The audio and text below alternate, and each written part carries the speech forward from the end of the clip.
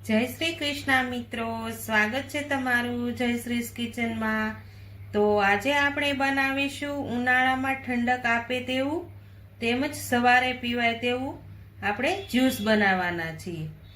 તો જ્યુસ બનાવવા માટે અહીંયા મેં પાલક લીધું છે, લીલા ધાણા લીધા છે અને બીટ છે અને આ ગાજર છે।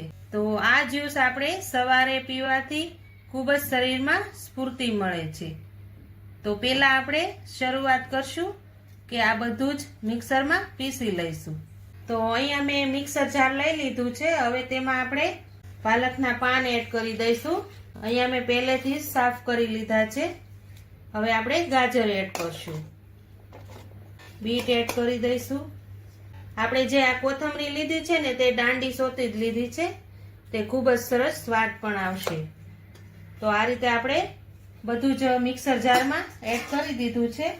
હવે તેમાં આપણે અડધો ગ્લાસ જેટલું પાણી એડ કરશું અને આપણે એમાં થોડુંક નિમક એડ કરશું। હવે આપણે સરસ રીતે પીસી લઈશું। તો અહીંયા આપણે જ્યુસ એકદમ સરસ મિક્સરમાં પીસાઈ ગયું છે। હવે તેમાં આપણે થોડુંક પાણી એડ કરી દઈશું અને પછી સરસ રીતે ગાળી લેવાનું છે। તો આ જ્યુસ આપણે સવારમાં નળના કોઠે પીવાથી ખૂબ જ શરીરમાં તાજગી રહે છે અને આપણને આમાં લોહીના ટકા પણ ઘટતા હોય ને તો પાલક ને બીટ જે છે તેનીથી આપણને લોહીની ટકાવારી પણ બહુ જ વધે છે।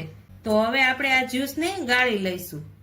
તો અહીંયા મેં એક વાસણ લઈ લીધું છે અને આપણે ચાણી લઈ લીધી છે। તો આપણે જ્યુસને ગાળી લેવાનું છે। આ રીતે આપણે બધું જ એડ કરી દઈશું। તો આ રીતે આપણે બધું જ હલાવીને જો એકદમ સરસ કલર આવી ગયો છે। તો આ રીતે આપણે ઉનાળામાં શરીરમાં ગરમી લાગતી હોય ને તો સવારમાં બહુ જ સારું આ જ્યુસ, તમે પણ ઘરે જરૂરથી આવી રીતે જ્યુસ બનાવજો।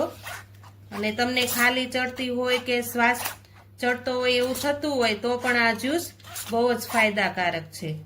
તો આ રીતે આપણે બધું જ જ્યુસ ગાળી લઈશું। તો આ રીતે આપણે બધું જ જ્યુસ ગાળી લીધું છે, એકદમ સરસ કલર પણ આવી ગયો છે બીટનો। તો હવે આપણે તેને ગ્લાસમાં પીરસી લઈશું। તો અહીંયા મેં કાચના ગ્લાસ લઈ લીધા છે। હવે તેમાં આપણે જ્યુસ એડ કરી દઈશું।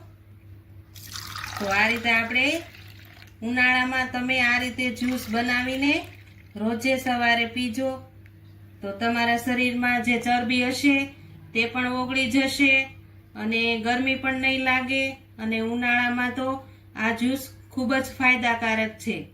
તો જો તમને મારો આ વિડીયો પસંદ આવ્યો હોય તો લાઈક કરજો, વધુમાં વધુ શેર કરજો અને હજુ સુધી સબસ્ક્રાઈબ ન કરી હોય તો પ્લીઝ સબસ્ક્રાઈબ કરી દેજો અને કોમેન્ટ કરીને કહેજો કે તમને મારો આ જ્યુસ કેવું લાગ્યું।